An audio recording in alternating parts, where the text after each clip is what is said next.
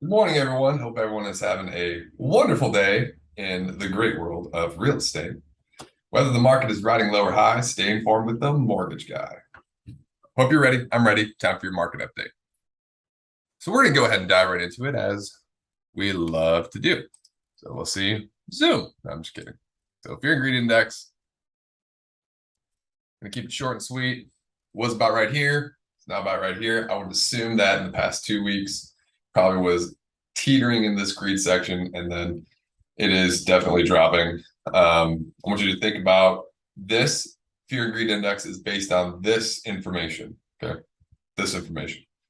Okay. This is more of an investor gauge. This is not more of a consumer gauge. Okay. There is consumer backlining, I guess you can call it, but it's directly looking at these items. Okay. So this is more of an like a gauge for investors. Want you to think as well as there's like if you were to put a fear and greed index on consumers when it comes to mortgage rates, you would have seen we would have been extreme fear over here. Okay, in 2021, early 2022, probably in this area right here. So we call it very bullish. Okay, very bullish mindset. Things are great. Oh, they could possibly go lower. And when rates are good, people always think lower. They're just going to go lower until they hear bad. And then once rates go up, this quickly goes like this. And then we go over new extreme fear. Okay. And then, because then now everyone's like, oh, shoot, rates are so high, I can't buy a home, or I don't want to buy a home because it's going to be too expensive, blah, blah, blah, blah, blah. Then you start to hear people, then this ticks back up, and you start to hear people say, I remember when my rates, well, or when my rate was 13% back in 1994, or those rates at 8 to 12% were amazing, and now I mean, heck, rates are still very good. So we call that consumer adoption. So it's basically consumer greed and excitement. Oh, this is great. Oh, shoot, what are we gonna do? This is horrible. Okay, this ain't bad. Consumers, people just naturally, like from a psychology standpoint, try to spin things for the positive. They will freak out and then spin things positive. So you'll see something negative, they freak out over that negative news, and then they spin it to a positive. They always look to the positive. Okay, so no matter what you can think, there's always going to be a positive spin to it. That also, like, there's some areas you could take out, like medical. No one has a positive spin to COVID. Like if you got COVID, that sucks. So there's some things that are just very set in stone. But for the most part, mortgage rates, things in general, you're going to see bounce back and forth. Okay. All right. So we dropped down a little bit, cover that. Okay. Market momentum, it's terrible. So you saw extreme fear through here and here and here and here and here. And then you saw it had gotten better, and we even went into greed on here. And now we're tanking again. So the main things that I look for, so we have this little run up, but for the most part, outside of these couple little bumps, we'll just call this a one loop. We have a lower low, a lower low, a lower low, a lower low. Okay, so these are all lower lows. This is a downward trajectory. Okay. But we can always say, yes, it's a lower low, but it's always retesting this last level. Okay. So it retests it and it breaks over. Retests it, breaks back over. Retests it, breaks back over. Plunges way lower. Up here, we saw this nice little run up. So we saw a little bounce off, this last bottom, had this little run up, and now we're coming back down. Now, is this going to bump us and take us up so that the market momentum will go this way, or is it going to go down? Obviously, I don't know. I don't have a crystal ball. But if I had to say based on what the market's doing, I would expect this to retest, because again, it has retested every time. Retest, retest, retest, retest, but it's also gone lower. I would lean more towards a retest, but at the same time, again, this could be a higher low. It would be nice to see another higher low, But at the same time, there's a lot of other industry information that would indicate this to be down here, or again, just staying under this 120-day moving at 125-day moving average. And as long as we stay under there, we will be in extreme fear. So that means things are not good. I would expect us to stay underneath extreme fear. I mean, sorry, underneath this moving day average. Over here, stocks, at 52-week highs compared to those at 52-week lows on the New York Stock Exchange. Where are they right now? They're basically at about neutral. Okay, so neutral is good. That means, again, a few big stocks skew returns for the market. It's important to know how many stocks are doing well versus those struggling. It's neutral. So that's good, but we do see kind of this term. If this was the trajectory, I would say this is probably more of a negative sign. Again, lower low, lower low, lower low, higher low. Again, this could be a bounce and go up, or it could be a bounce and go lower. It just depends. Here's that. Here's this right now. This is on an upward trajectory, which is good. But again, it is making this curve to go down. Whenever you see a curve, it goes down. Curve down. Curve down. This is a spike, but it's a slower curve. It'd be going down. So curve. The one thing I don't like is you see this big bubble. So when you this isn't like a sharp upswing. So if you look here, sharp peak and then down right here. So it's given this nice triangle style pattern, or I guess shape, not pattern. And then over here you have another big bubble. And typically with a bubble, you're not going to see a boop. You're going to see more of a dump. So it just depends. Again, right now at neutral, we'll just go with that.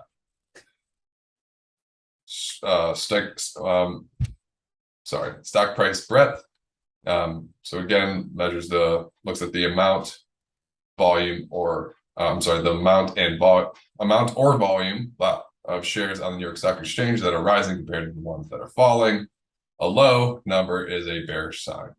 So the lower is bad, the higher is good in this case, just like the market shows. So again, you see retest, retest, retest, retest. It's always gone lower. It always does these, kind of up and down. We do see a peak here. We do see peaks here versus more of a round. So this is clearly looking like a mountain. And is this going to retest the bottom again? If it does, that'd be very scary because that's a big drop. These drops are, again, you're going from 1272 again down to, what is this, 450, which is a big drop in itself. But we went from 62 up to 1464. So that was a huge spike up.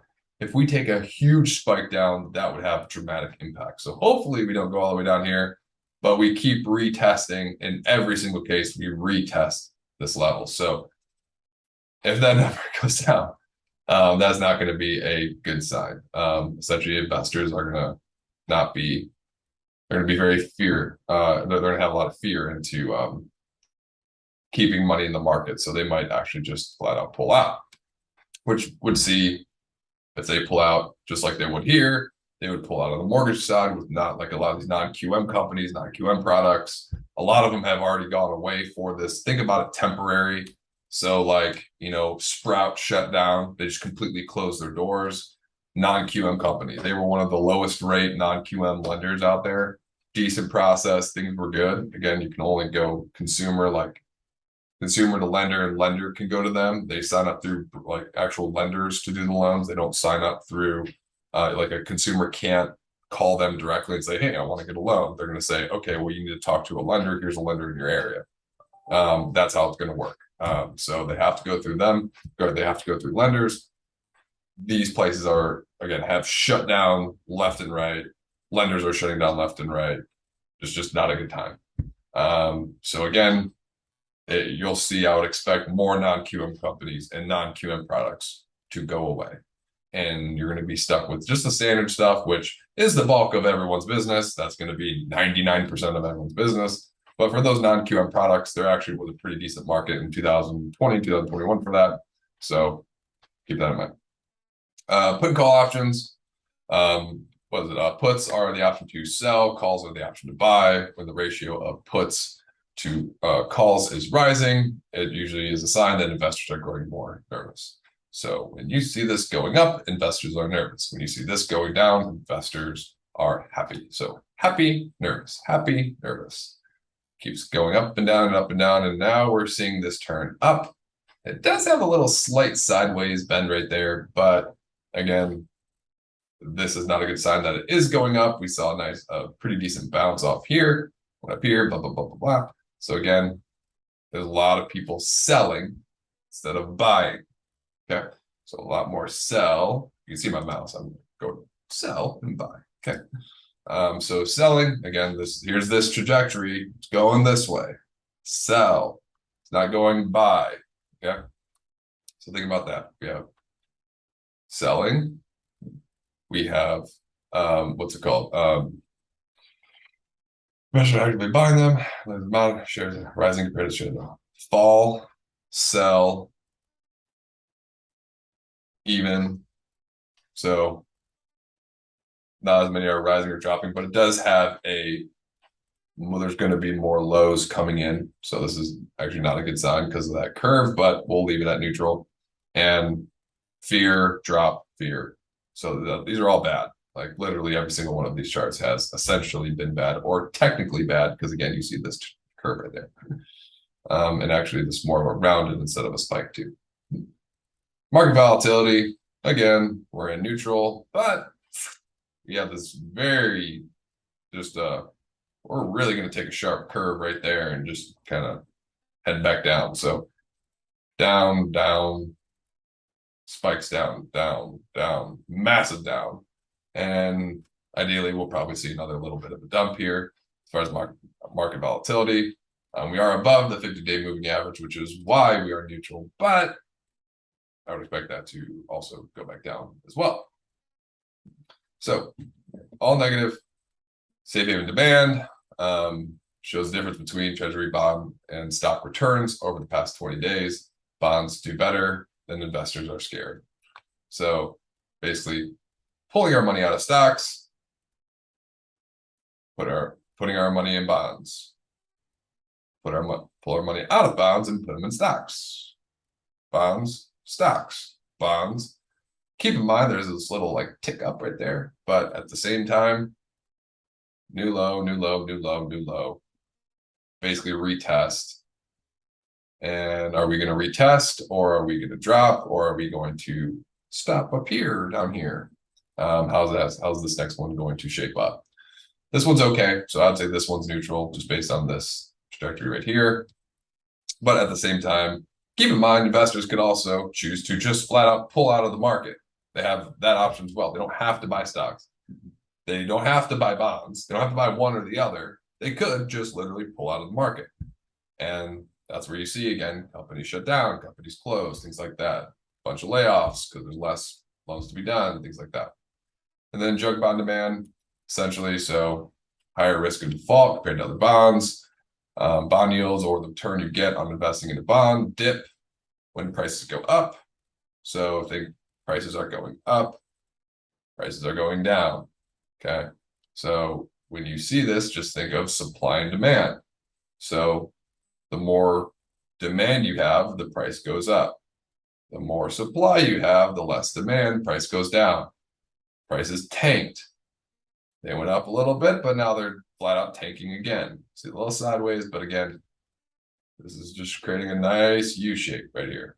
And again, this went lower than they were over here. So not a lot of good stuff. I see a lot of fear coming down the pike, but we are in neutral. We actually just ticked back up to 50 from 49. Again, we saw these little kind of like sideways. This one, a little bit of sideways. So again, because you have these little ticks right here, it's constantly updating. We did see a little tick up, but again, there's a lot of bad stuff. See here.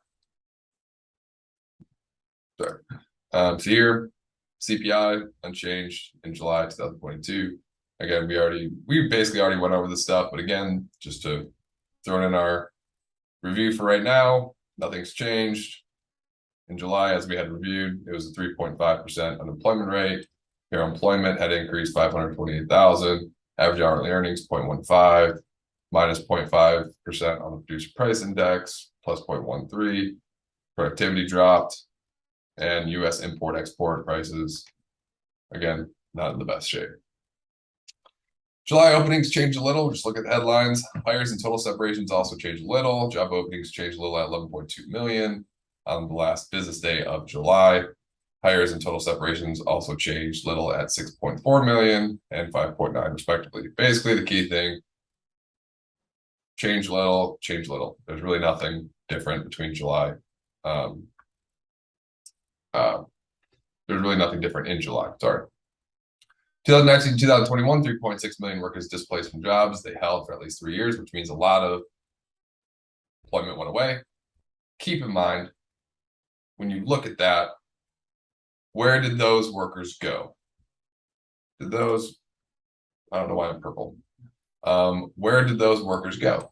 Did they go to get part-time jobs? Where did they go get work? I don't know.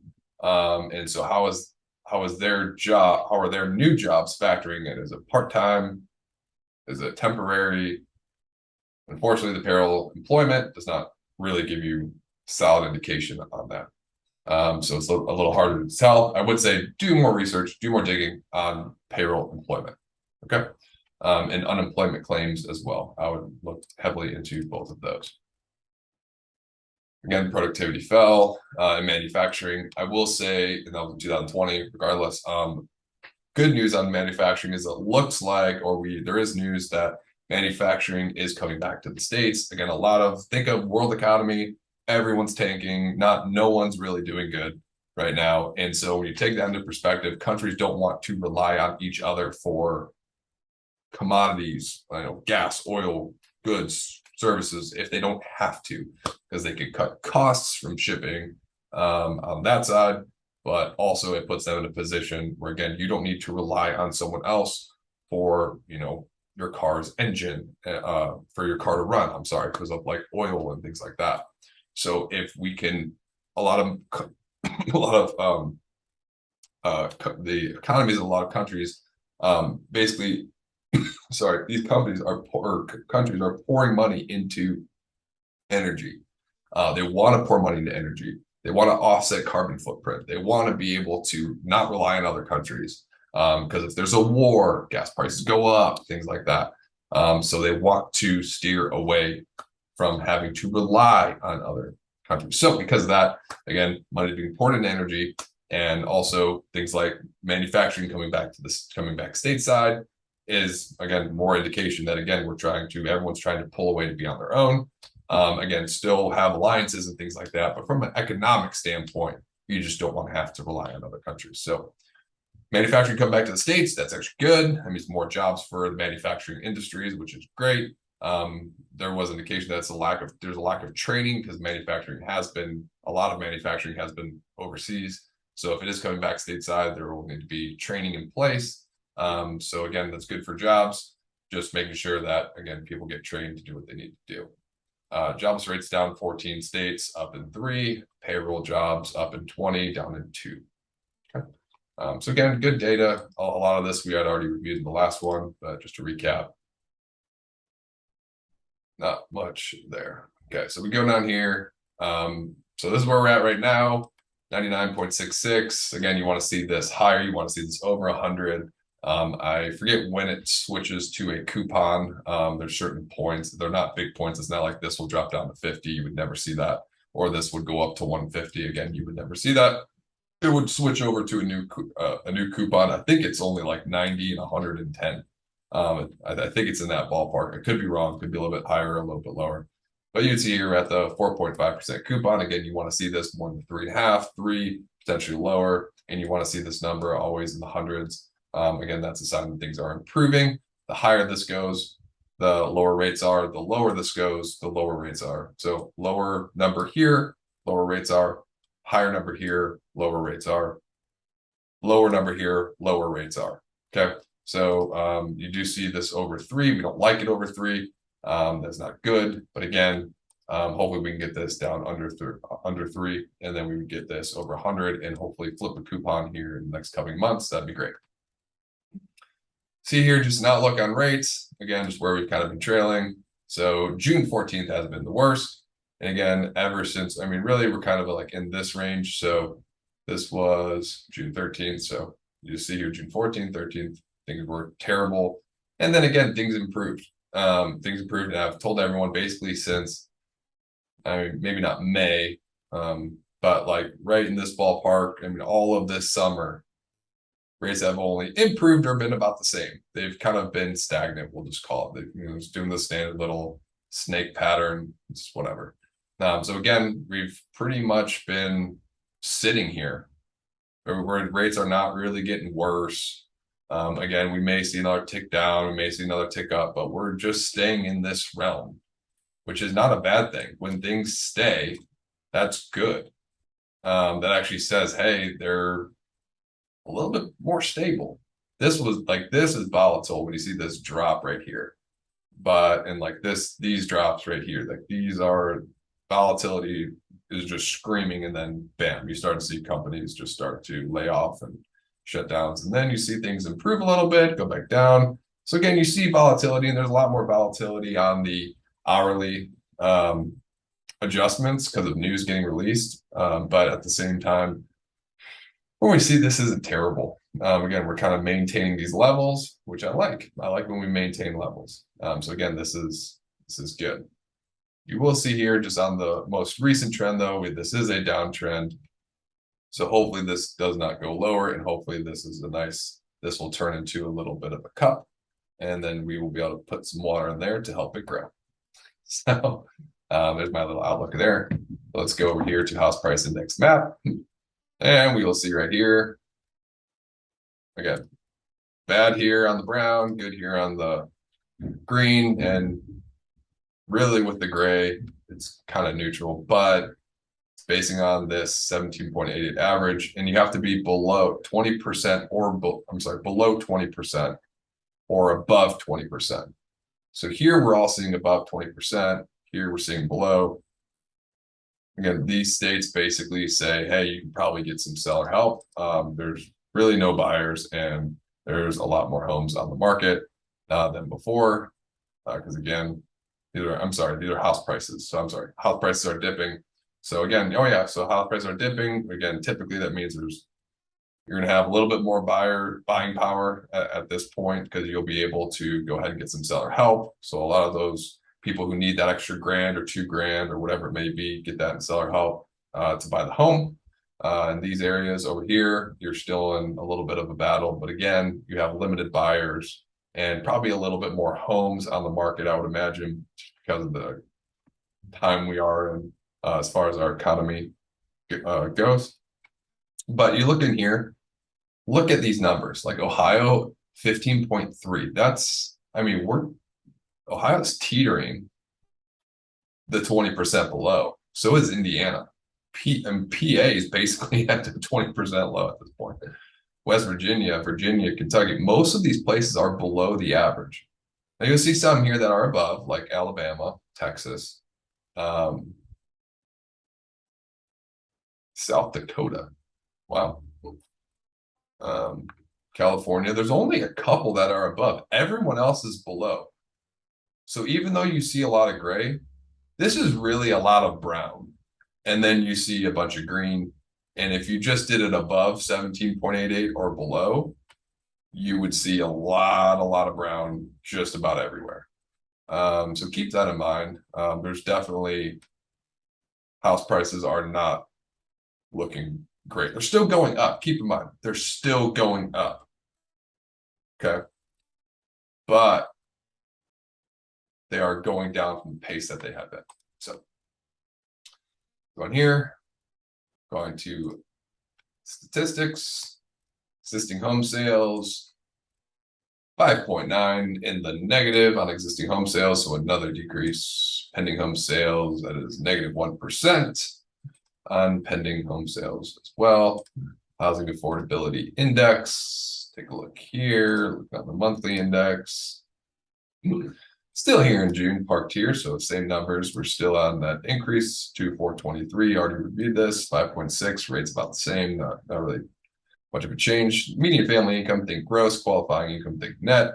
So when you see here again, we're seeing net at the gross, which means co-signers, and also you would see household income. Again, you can't use someone under 18 years old, but you do have that number from my last market update, where in the one of the recent news releases from the U.S. Bureau of Labor Statistics was that of age legal children, so I think it's like 15 years old, had increased from 2 to 21 million in the workforce, or somewhere in that ballpark of 21 million. So a lot more children are going to work to help out their family household. So again, you see this more, I mean, these are clear states with co-signers. The fact that the net income is way over the median family income. Again, there's millionaires in this equation, but this isn't just like rich people. This is not like, oh, only rich people are buying homes. No, middle class and the lower class are going to be the predominant buyers of homes compared to the upper class, which is such a minor portion. So keep that in mind. Again, lots of co-signers coming in to help with the qualifying income. All right, cool. So there's your good old updates for today on that side. I'm gonna flip my screen, stop share. I don't know why I am still purple. Why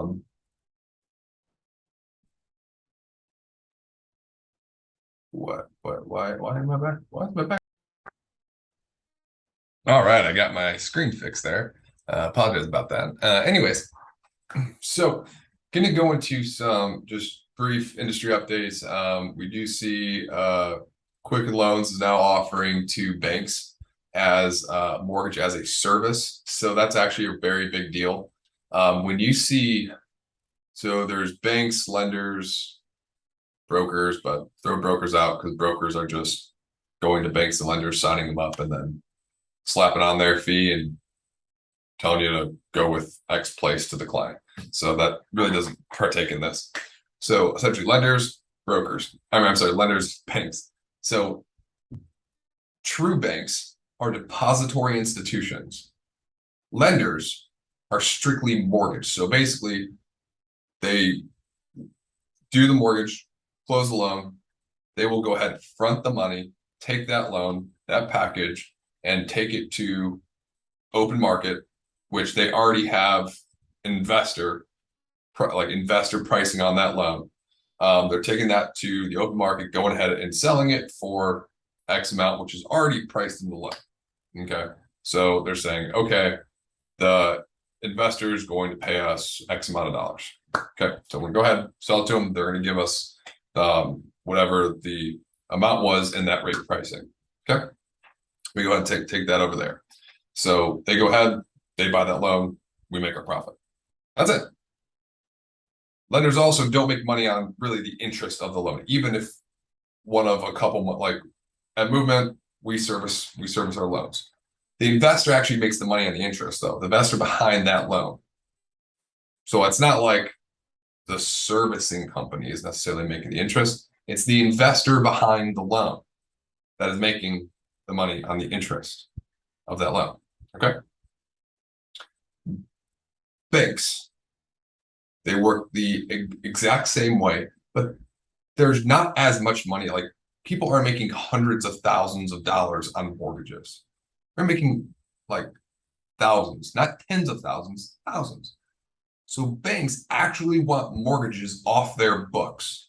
Why? They're a depository institution. They want you to have your checking and your savings. What happened a long time ago, okay, was that one bank decided to ruin it for everyone. They said, we're now going to offer a mortgage. And if you would go ahead and pull your money from other small town bank and bring it over here so we can make interest on your money and we'll have your checking and savings.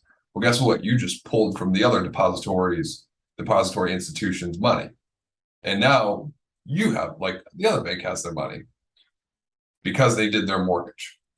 Now, they'll still make money on the mortgage. It's not a big chunk of change. They're making something. And as they do that, again, they have to front money. Investor pays them back.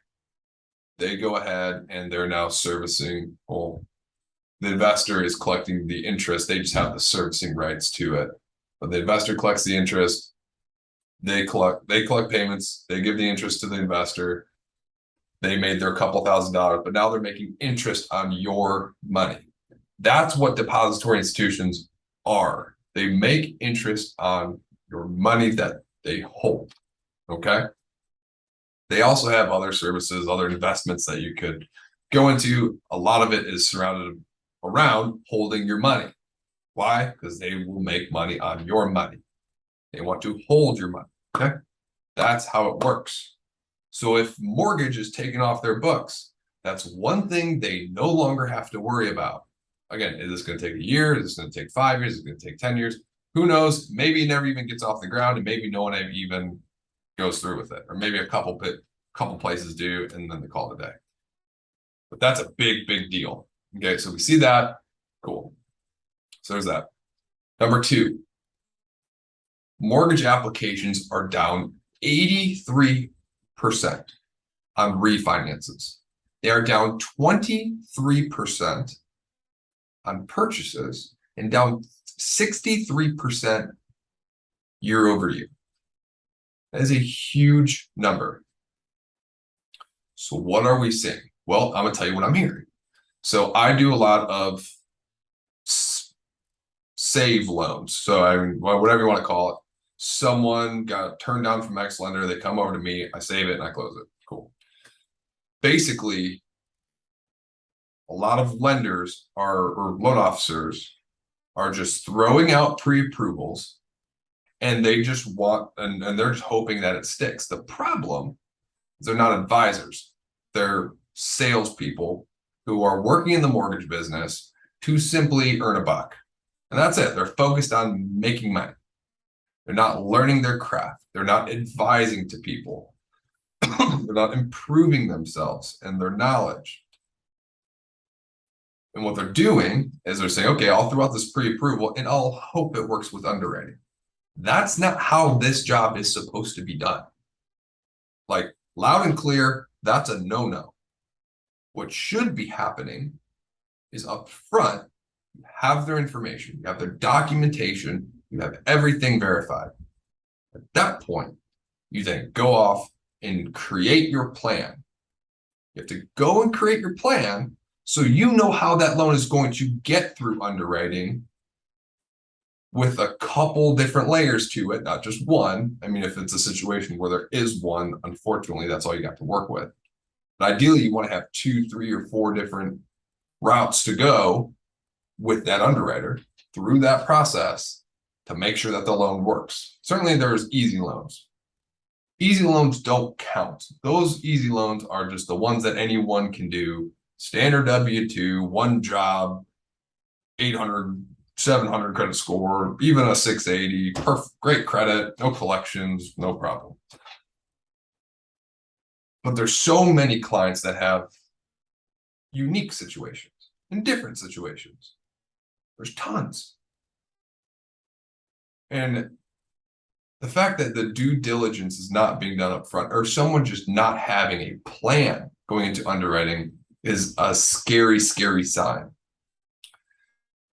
When you do a loan as a loan officer, so obviously most of loan officers are salesmen, but you have to think of it from an advising standpoint. A loan is supposed to be done in a risk reward mindset. Okay. So number one, don't think like a loan officer, think like an underwriter. Okay.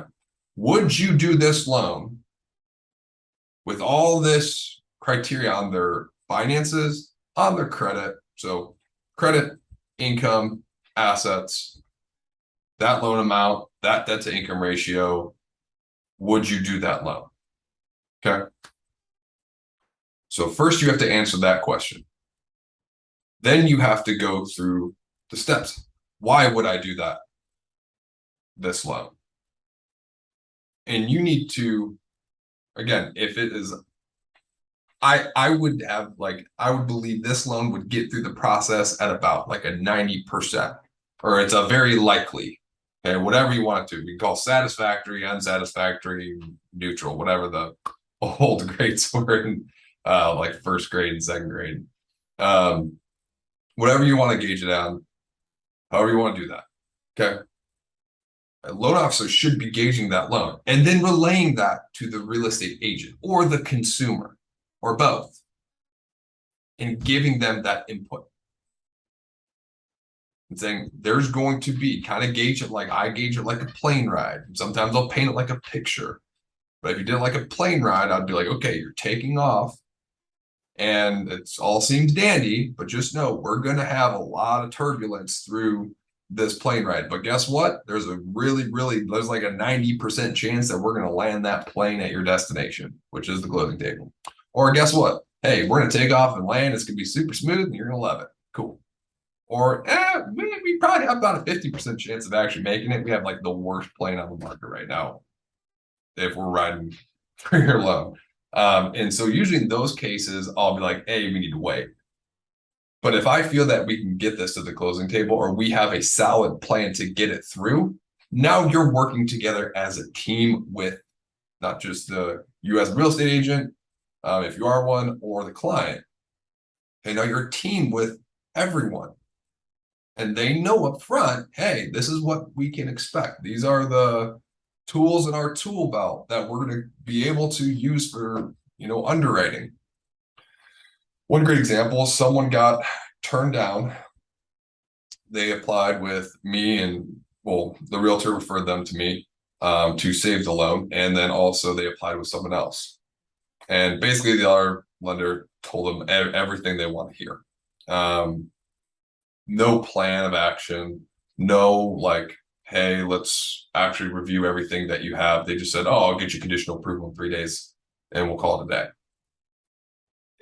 You need a plan. This was a very unique situation. And so I, of course, overeducated, as you can imagine. So I go and I educate. I went actually for her situation, I called the FHA. The other company said, oh, we got contacts. I'm like, we're a $35 billion company. You have way more contacts. Trust me. But the contacts are relevant. Like they will say anything that they want to hear. Saying we have contacts, like really. So then the agent reached, like speaking to the other lender, was like, well, the other lender called the FHA to see if the loan would get done. They're like, why would you call the FHA? Who calls the FHA? Did you know as a loan officer, you can call any of the insuring entities and get questions answered? You don't need to just go to a head underwriter, or you don't need to just go to any underwriter. You can actually call them directly and get your questions answered. And if there's a unique situation, that's a tool I want in my tool belt if I call them directly and they say yes. Things like that people are not willing to do in my industry. I had someone who got turned down from a company that they had been pre-approved back in May. They got turned down after 2 months, had a month extension on the contract. I got the deal, looked at the income, clear as day, income was able to work. There was a kind of there's industry common overlays that really aren't overlays. What I mean by that, like if you look at tax return income, almost every company is going to look at tax return income and say, well, we have to, because we see it, we have to count the whole thing. And that's like a kind of a countrywide lending overlay. But the reality is that the guidelines say you don't have to look at all income on your tax returns if you're looking for certain specific, like depending on the specific situation. In this case, we didn't have to look at all the tax return income. We just had to look at certain things, which we are allowed to do just because of his particular situation. Close the loan in 8 days. And it's just things like that that people in my industry are not doing, and it's sad. Also think about it from a profit standpoint. So just imagine if you were in, which you might be in those shoes, but if you were in the shoes of a loan officer and applications are down 63% overall, 20%, 23% on purchases, 83% on refis. So you don't have refis supplementing your purchases to maintain the levels of income that you did in 2020, 2021, which of course your standard of living probably heightened like most people's in those time frames. So now you're having trouble keeping up with just your standard of living. And now you're hurting. Well, you're going to tell everyone anything they want to hear to fight and scrape and pick up a loan. And whether it works or not, you'll do whatever you got to do because everyone's hurting on income. That is where you take, that's where you find advisors. In this market, you're going to find advisors are clearly going to have clear separation from just standard easy loan salesmen. You're going to see that separation because now there's not as many loans being done. And that's the problem that we are seeing right now with our industry. People are just throwing out pre-approvals and it's bad. It's bad. It's bad. It's bad. So please look out for whoever you're working with. If you have a true advisor, that is awesome. That means you have one of the 1% of loan officers on your side in this country or in the mortgage business. Having an advisor is so rare to find. It's incredible. I want to throw new loan officers into this equation. New loan officers, and it depends on who they work for and who's their superior. It depends on the superior. It's okay. I was a new loan officer once. All loan officers were new at some point, just like in their job. Anyone, when you start a job, you're new. Or time, getting experience and things like that. They may not have the knowledge, but it depends on their process, and you have to gauge it if you're going to work with someone new and who's a loan officer. Is their process or does their superior require them to do this stuff up front and get these questions answered? Or do they just say, throw it at the wall and I hope it sticks? That's the key difference for a new loan officer because they're going to develop good practices right now or they're going to develop bad ones. So you have to make sure that they are developing good ones. You have to kind of hold their hands and hold them accountable to doing things right.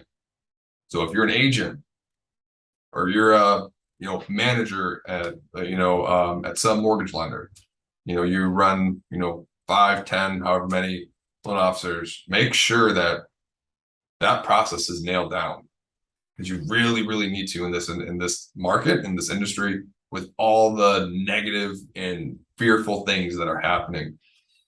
I do foresee government intervention. A lot of us do on the forecast side, which will improve mortgage rates, which ideally would. There's a lot of people who no longer qualified because rates went up and now will re-qualify. So I do believe that's going to happen. There's no anticipation that home values will actually decrease. They might stabilize, but ideally they should continue to go up just because inflation over time will go up. The value of the dollar is drastically skewed and it's separating further and further from the actual value of goods and services. So as things make those make their way over time, again, that puts people into a position where things aren't as affordable or income needs to go up. Again, there's just a lot of changes and things happening. So new electronic currencies are great. All the money being poured into energy is great. Anything we can do to improve our economy, there's a lot of good things that are happening, but again, there's just a lot of bad news and a lot of negativity for what's happening right now. So again, probably more of a negative outlook for the next 3 to 6 months. But as far as that, over the next year, 2 years, 3 years, it should be pretty stable. We see stability coming, like that light at the end of the tunnel, which is good because you want stability. That's when programs get re-released. That's when guidelines continue to update. We're already seeing guidelines update pretty frequently. So lots of changes, lots of big stuff. Look out for the loan officers that you're working with.